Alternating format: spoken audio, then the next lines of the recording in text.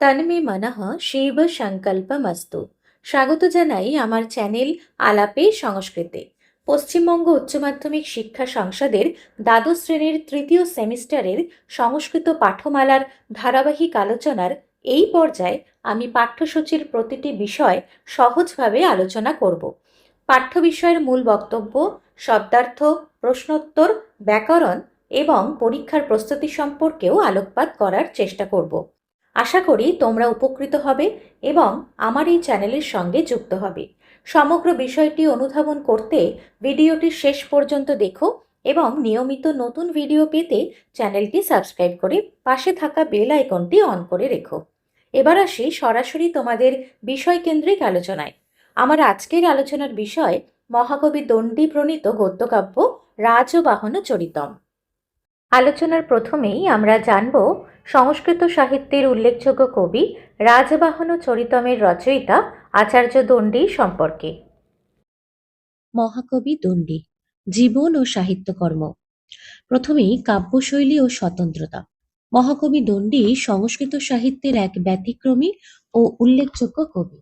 ভারবী, মাঘ বা বাণভট্টের মতো কবিরা যখন কাব্যকে অলঙ্কার শাস্ত্রের কৃত্রিম বন্ধনে বেঁধে ফেলেছিলেন, দণ্ডী তখন সেই ধারা থেকে বেরিয়ে এসে কাব্যের স্বাভাবিক সৌন্দর্য বজায় রেখেছিলেন।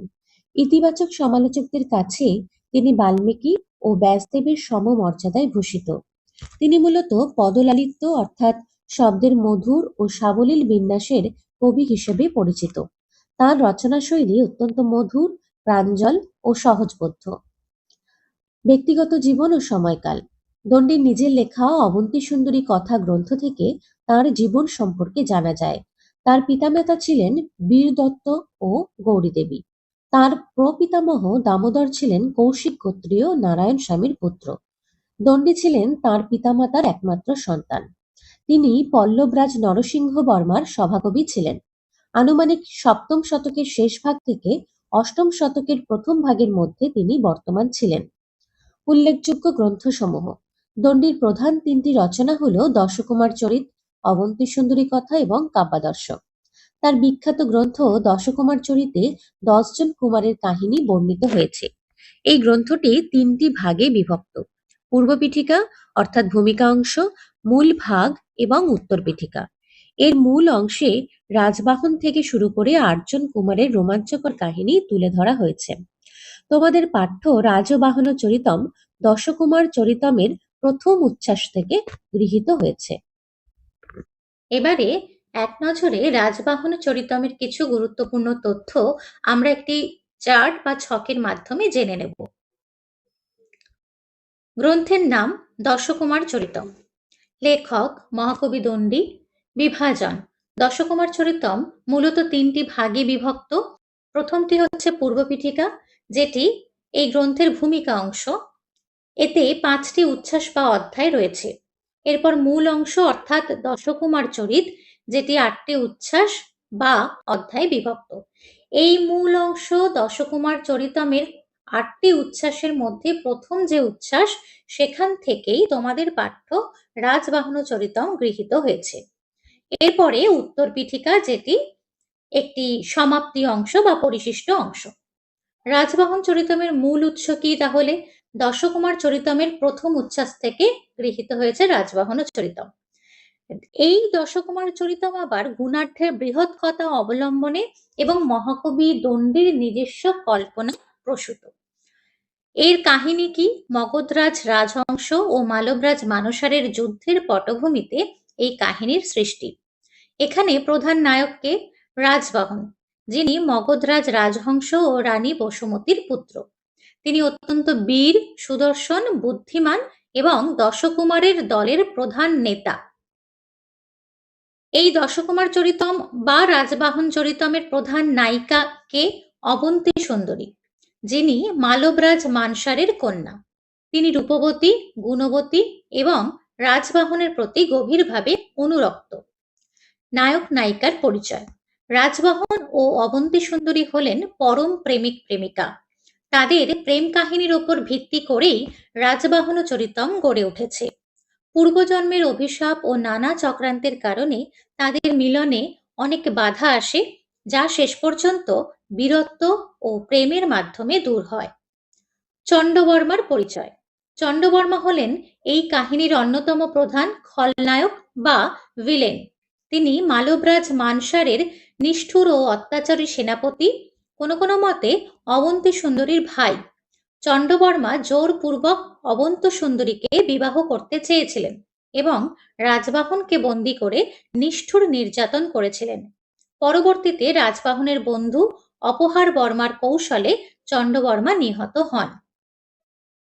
একটি বিশেষ দ্রষ্টব্য, দশকুমার চরিতম নামের অর্থ 10 জন কুমারের কীর্তি কাহিনী। রাজবাহন হলেন এই 10 জন কুমারের মধ্যে প্রধান কুমার, যার চারপাশেই বাকি বন্ধুদের কাহিনী আবর্তিত হয়েছে। আরেকটি উল্লেখযোগ্য বিষয়, দশকুমার চরিতম থেকে গৃহীত রাজবাহন চরিতম একটি আখ্যায়িকা শ্রেণীর গদ্যকাব্য। এবারে আমি রাজবাহন চরিতম যে মূল পাঠ্য অংশটি সেটি আমি পাঠ করছি, সঙ্গে শব্দার্থ এবং বাংলা অর্থ আমি বলে দিচ্ছি। শ্রুত্বা তু ভুবন বৃত্তান্তম উত্তমাঙ্গনা বিস্ময় বিকশিতাক্ষী সস্মিতম ইদম অভাষত দয়িত ত্বৎ প্রসাদাদ অদ্য মে চরিতার্থা শ্রোত্রবৃত্তিঃ अद्य मे मनसि तमपहस्त्वया दत्तज्ञानप्रदीपः तक्यम् इदानीं त्वत् पादपद्मपरिचर्याफलम् अस्य च तत् प्रसादस्य किम् उपकृत्य प्रत्युपकृतवती भवेयम् अभदीयं हि नैव किञ्चित् मत्सम्बन्धम् इति जल्पन्ति प्रियरसि रूररागरुषितं চক্ষুরুল্লাসয়ন্তী সুষ্বাপ। এবারে আমি সমস্ত পদের অর্থ ভেঙে বলে দিচ্ছি। শ্রুত্বা তু, শ্রুত্বা অর্থাৎ শুনিয়া বা শুনে, তু মানে কিন্তু। ভুবন বৃত্তান্তম উত্তমাঙ্গনা, ভুবন বৃত্তান্তম মানে এখানে বলা হচ্ছে চতুর্দশ যে ভুবন, চতুর্দশ যে পৃথিবী, আমরা জানতাম 3টি লোক আমাদের বিখ্যাত, স্বর্গ, মর্ত এবং পাতাল, কিন্তু এখানে চতুর্দশ ভুবনের কথা বলা হয়েছে। আসলে ঊর্ধ্বলোক এবং অধোলোক বলে দুটি লোক আছে। ঊর্ধ্বলোকের 7টি ভাগ এবং অধোলোকের 7টি ভাগ, টোটাল 14টি ভুবন। তাই এখানে বলছে ভুবন বৃত্তান্তম অর্থাৎ চতুর্দশ ভুবন বৃত্তান্ত, অর্থাৎ 14টি যে পৃথিবী লোক আছে, 14টি লোকের গল্প কে শুনেছে? উত্তমাঙ্গনা, অর্থাৎ যার অঙ্গ সুন্দর, উত্তম, নারী শ্রেষ্ঠা, রমণী শ্রেষ্ঠা, যার অঙ্গ এতটাই সুন্দর যে কিনা রমণীদের মধ্যে শ্রেষ্ঠা। কে সেই? অবন্তী সুন্দরী। অবন্তী সুন্দরী রাজবাহন চরিতমের নায়িকা, তার কথা এখানে বলা হচ্ছে। তার বিশেষণ এটি উত্তমাঙ্গনা, অর্থাৎ রমণী শ্রেষ্ঠা, সুন্দরী। আচ্ছা, এরপরে বিস্ময় বিকশিতাক্ষী। বিস্ময় বিকশিতাক্ষী মানে বিস্ময়ে অবাক হয়ে তার অক্ষি যুগল প্রস্ফুটিত হয়েছে, অবাক হয়ে তার চক্ষু যুগল বিস্ফারিত হয়েছে, বড় বড় চোখ করে অবাক হয়ে গেছে, অবাকে হয়ে তার চক্ষু যুগল বড় বড় হয়ে গেছে। এবং সস্মিতম ইদম অভাসত, এবং মৃদু সস্মিতম মানে মৃদু হাসি, মৃদু হাস্য সহকারে অভাসত বললেন। দ্বৈত, দ্বৈত শব্দের অর্থ কি? দ্বৈত শব্দের অর্থ হে প্রিয়তম।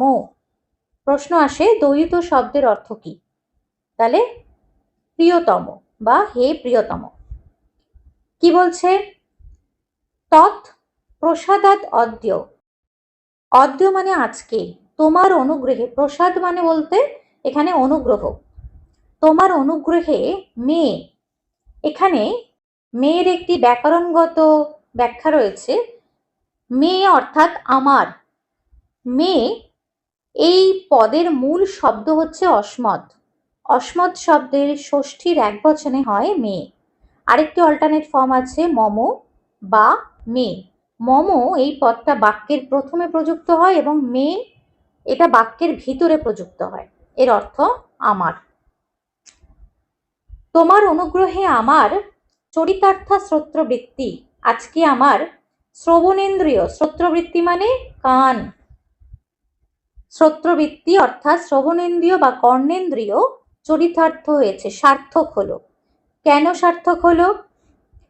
না, এখানে আমরা যে তোমাদের যেভাবে পাঠ শুরু হয়েছে শ্রুত্বা তু ভুবন বৃত্তান্তমুত্তমাঙ্গনা বলে, অর্থাৎ আগে কিছু অংশ কিন্তু ঘটে গেছে, কিন্তু সেটা তোমাদের পাঠ্যে নেই। যেখান থেকে শুরু হয়েছে সেখান থেকেই আমি শুরু করছি। অর্থাৎ কি শুনে?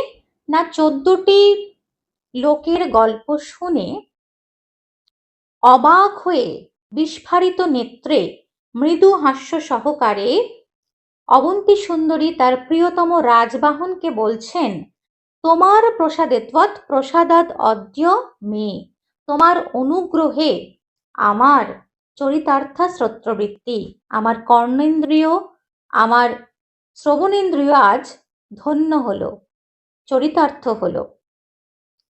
অদ্য মে মনসী, অদ্য মানে আজকে, এটি একটি অব্যয়পদ। মে আবারও অস্মৎ শব্দের ষষ্ঠীর এক বচনের রূপ।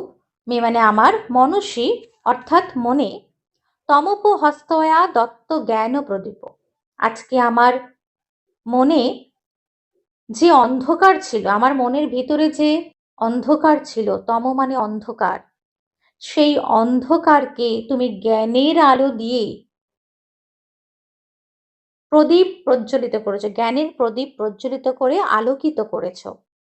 অদ্য মে মনসী তমোপহস্তয়া দত্ত জ্ঞান প্রদীপ, অর্থাৎ আজকে তুমি আমার মনকে জ্ঞানের প্রদীপ জ্বালিয়ে, আমার মনের ভিতরে যে অন্ধকার ছিল সেই অন্ধকারকে জ্ঞানের প্রদীপ জ্বালিয়ে দূর করেছো এবং জ্ঞানের প্রদীপের মাধ্যমে আলোকিত করেছো আমার মনকে। অর্থাৎ তার দয়িত প্রিয়তম রাজবাহন 14টি লোকের বিভিন্ন বৈচিত্র্যমণ্ডিত ঘটনা বা গল্প করেছেন কাকে? তার প্রিয়তমা অবন্তী সুন্দরীকে। সেই ঘটনাগুলি গল্পের ছলে শুনে অবন্তী সুন্দরীর মনে জ্ঞানের প্রদীপ প্রজ্বলিত হয়েছে, তার মনে যত অজ্ঞানতা ছিল সব দূরীভূত হয়েছে। পক্কম ইদানিং ত্বৎ পাদপদ্ম পরিচর্যা ফলম, বলছে এখন, ইদানিং মানে এখন, পক্কম মানে পরিপূর্ণতা পেয়েছে বা পরিপূর্ণ হয়েছে কি না, ত্বৎ পাদপদ্ম পরিচর্যা ফলম, তোমার পদ্ম ফুলের মতন যে পদযুগল, সেই পদ্ম ফুলের মতন পদযুগলের যে সেবা আমি করেছি, আমি যে পরিচর্যা করেছি, সেই সেবার ফল বোধহয় আজকে পরিপূর্ণতা লাভ করলো, সেই সেবার ফল আজকে আমি পেয়েছি। অর্থাৎ অবন্তী সুন্দরী তার প্রিয়তম রাজবাহনের যে সেবা যত্ন করতেন তারই যেন আজকে ফল পেয়েছেন। এই জ্ঞান কি ফল? না জ্ঞানের আলোয় আলোকিত হয়েছে তার মন, এটাই তার তার কাছে শ্রেষ্ঠ ফল, শ্রেষ্ঠ পাওয়া।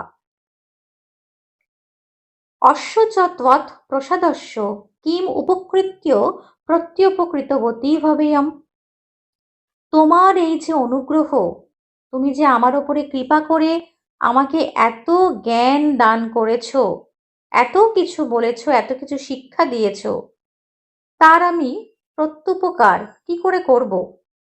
তুমি যে আমার উপকার করলে, জ্ঞানের প্রদীপ জ্বালিয়ে দিলে আমার মনে, এই যে এত বড় একটা উপকার করেছো তার প্রত্যুপকার আমি কিভাবে করব?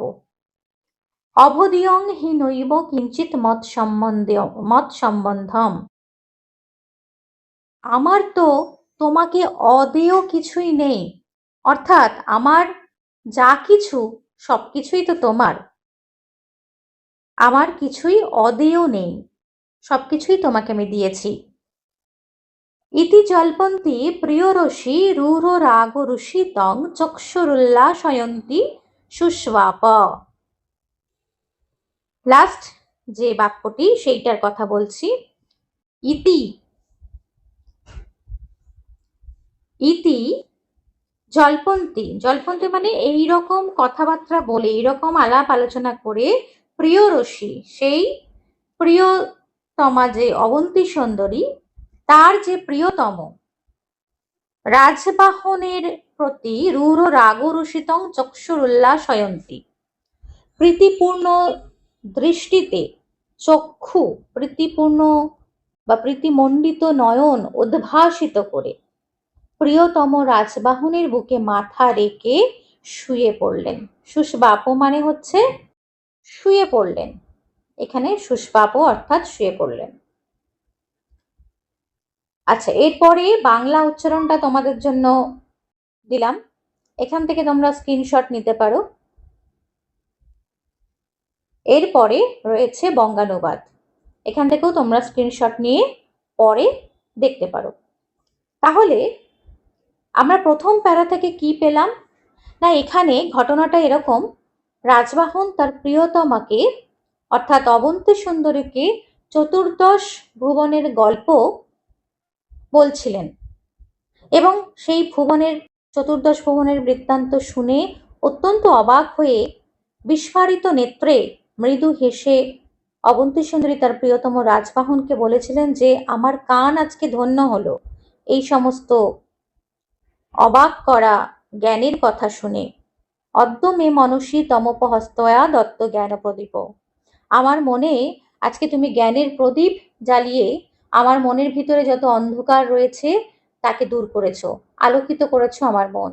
পক্ষমিদানিং তৎপাদ পদ্ম পরিচর্যা ফলম, আমি এখন সেই ফলই বোধহয় পাচ্ছি, তোমাকে যে আমি সেবা যত্ন করেছি, তোমার পরিচর্যা করেছি, তার ফলস্বরূপ বোধ হয় আমার এই প্রাপ্তি, জ্ঞানের প্রাপ্তি।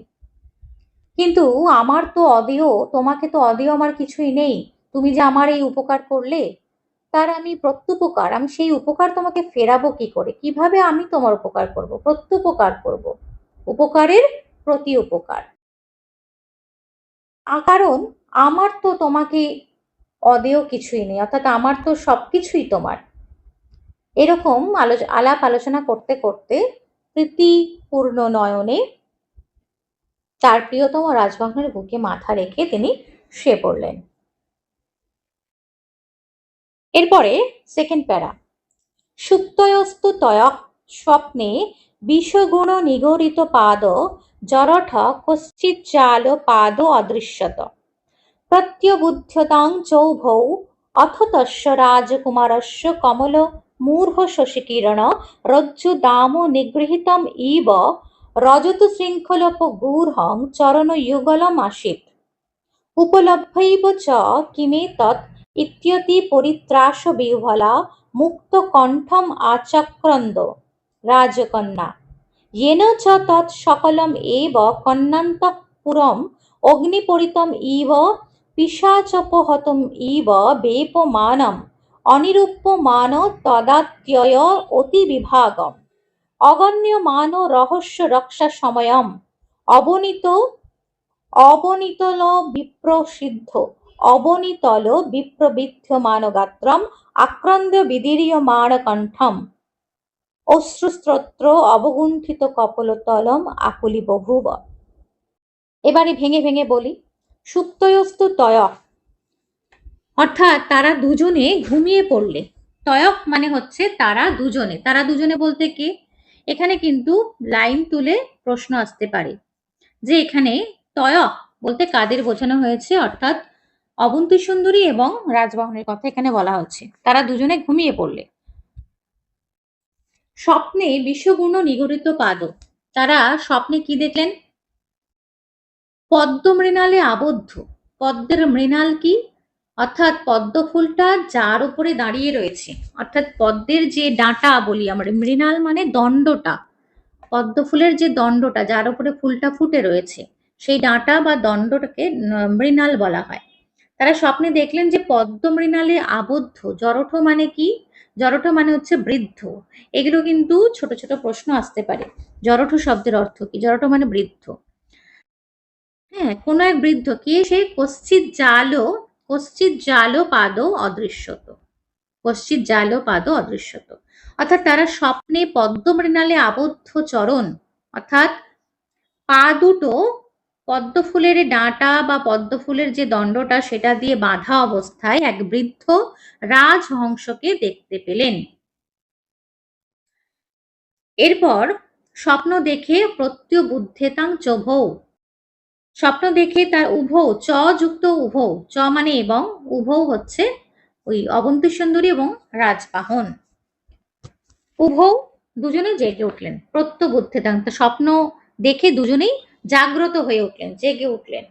অথ তস্য রাজকুমারস্য, তারপর সেই রাজকুমারের অর্থাৎ রাজবাহনের কমলমোর শশী কিরণরজ্জ দাম নিগৃহীতম ইব, দণ্ডির এই একটা বৈশিষ্ট্য, এই যে কমলমোর শশী কিরণরজ্জ দাম নিগৃহীতম ইব, এটাই হচ্ছে দণ্ডির পদলালিত্য। দণ্ডি কেন বিখ্যাত? দণ্ডিনা পদলালিত্যম, দণ্ডির পদলালিত্য হচ্ছে সংস্কৃত কাব্য জগতে বিখ্যাত। দণ্ডির মতন পদলালিত্য আর অন্য কোনো কবির সাহিত্যে দেখা যায় না। পদলালিত্য হচ্ছে এটাই, দণ্ডি এক একটা পদকে তিনি সব মানে সমাসবদ্ধ করেছেন, সমাসবদ্ধ করে এক একটা পদকে ভীষণ বড় করেছেন। এই যে কম হলো মৌর শশী কিরণ রজ্জু দাম নিগৃহীতম ইব, এত বড় একটা পদ যেটা পড়তে সত্যিই কঠিন, কিন্তু যখন উচ্চারিত হচ্ছে পদটা, তার মধ্যে একটা সুন্দর ছন্দ আছে, একটা সৌন্দর্য আছে। যেমন কমল মৌর শশী কিরণ রজ্জু দাম নিগৃহীতম ইব, সে এটাকেই বলছে পদলালিত্য। দীর্ঘ সমাসবদ্ধ পদ, দীর্ঘ সমাসবহুল পদ এবং দীর্ঘ সন্ধিবদ্ধ পদ প্রয়োগ করেছেন দণ্ডী তার কাব্যে, রাজবাহন চরিতে। এই জন্যই তিনি শ্রেষ্ঠ, এটাকেই বলা হচ্ছে পদলালিত্য। কিন্তু আমাদের পড়তে হয়তো একটু অসুবিধা হয়, কিন্তু পড়ার সময় যে একটা তাল, একটা ছন্দ, একটা সুরেলা ব্যাপার থাকে, এটাই পদলালিত্য। পড়তে শুনতে ভালো লাগে, কানে যখন আমাদের এই পদগুলো উচ্চারিত হয়ে আমাদের কানে ধ্বনিত হচ্ছে, তখন কিন্তু শুনতে খুব ভালো লাগছে, এটাই হচ্ছে পদলালিত্য, এটাই দণ্ডির বিশেষত্ব। তারপরে বলছে রজত শৃঙ্খলপ গৌরং চরণ যুগলম আশিত, তারপর সেই রাজকুমারের কি দেখা গেল? পা দুটি পদ্মভ্রমে, রাজবাহনের পা দুটো তো পদ্ম ফুলের মতন সুন্দর, সেটা বলা হয়েছে আগেই। সেই পা দুটি রৌপ্য শৃঙ্খলে বাঁধা দেখা গেল। এই যে রজত শৃঙ্খলপ গৌরং চরণ যুগলম আশিত, চরণ, এই রজত শৃঙ্খলপ গৌরং মানে হচ্ছে রূপর শিকলে বাঁধা অবস্থায় চরণ যুগলম আশিত, এই যে তার পা দুটো, সেটা দেখা গেল। এখানে দণ্ডী একটু উপমা ব্যবহার করেছেন, এই রজত শৃঙ্খল অর্থাৎ রৌপ্য শৃঙ্খল বা রূপর যে শিকল, তার সাথে কিসের উপমা বা তুলনা করেছেন? সেটা হচ্ছে এই যে শশী কিরণ রজ্জু, শশী কিরণ রজ্জু দাম নিগৃহীতম ইব। শশী মানে হচ্ছে চন্দ্র, চন্দ্রের যে কিরণ, চন্দ্রের যে আলো, সেটা হচ্ছে শুভ্র, সুন্দর, এবং সেই চন্দ্রকিরণ যেন রজ্জুপাশ, রজ্জুপাশ মানে দড়ি, চন্দ্রকিরণকে, চন্দ্রকিরণের যে রজ্জুপাশ, রৌপ্য শৃঙ্খলের যে বাধা, রূপোর শিকলে পা দুটো বাঁধা রয়েছে রাজবাহনের, সেই রূপোর যে শিকলে বাঁধা রয়েছে, রূপোর শিকলটাকে কবি এখানে বলছেন ঠিক যেন চাঁদের কিরণ, চাঁদের কিরণ যেন দড়ি হয়ে তার পা বেঁধে রেখেছে।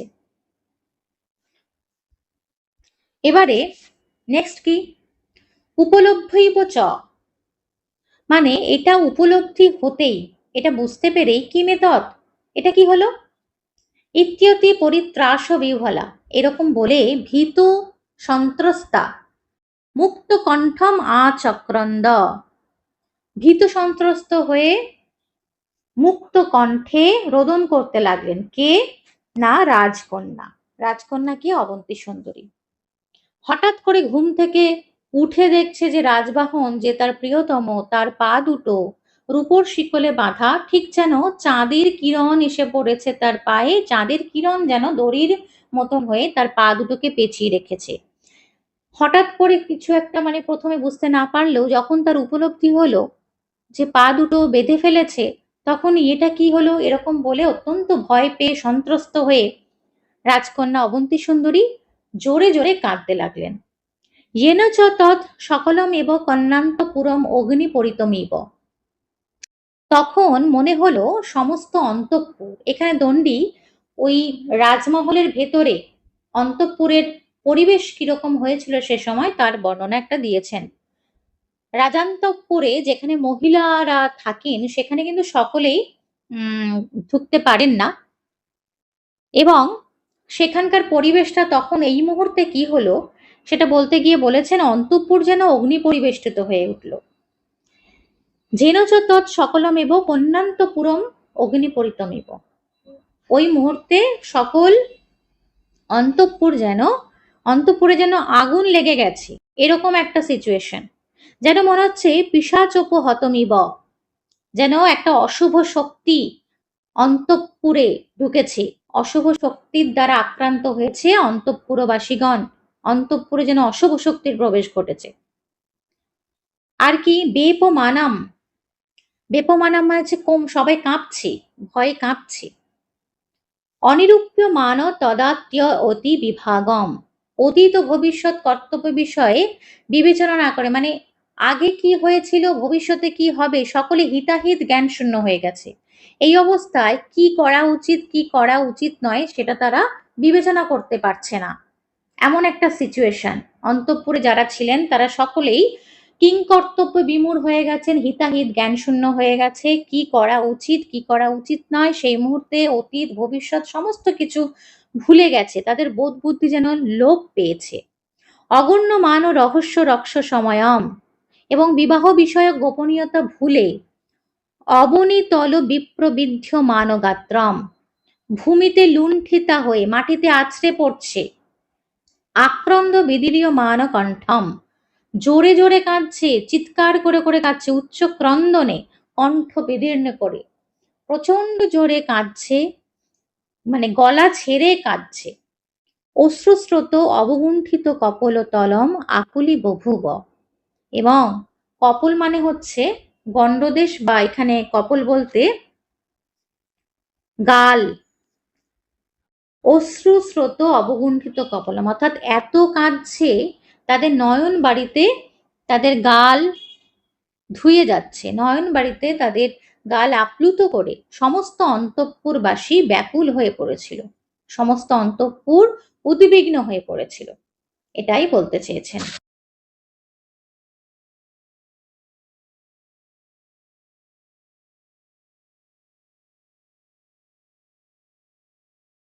আজ তবে এটুকুই থাক, পরবর্তী ভিডিওতে আমি বাকি অংশ নিয়ে আলোচনা করব, এবং রাজবাহন চরিতম থেকে কী ধরনের প্রশ্ন পরীক্ষায় আসতে পারে, এমসিকিউ এর প্যাটার্ন কি, অর্থাৎ পরীক্ষায় তোমাদের কি কি ধরনের প্রশ্ন হতে পারে সেই সম্পর্কে বিশদে আলোচনা করব।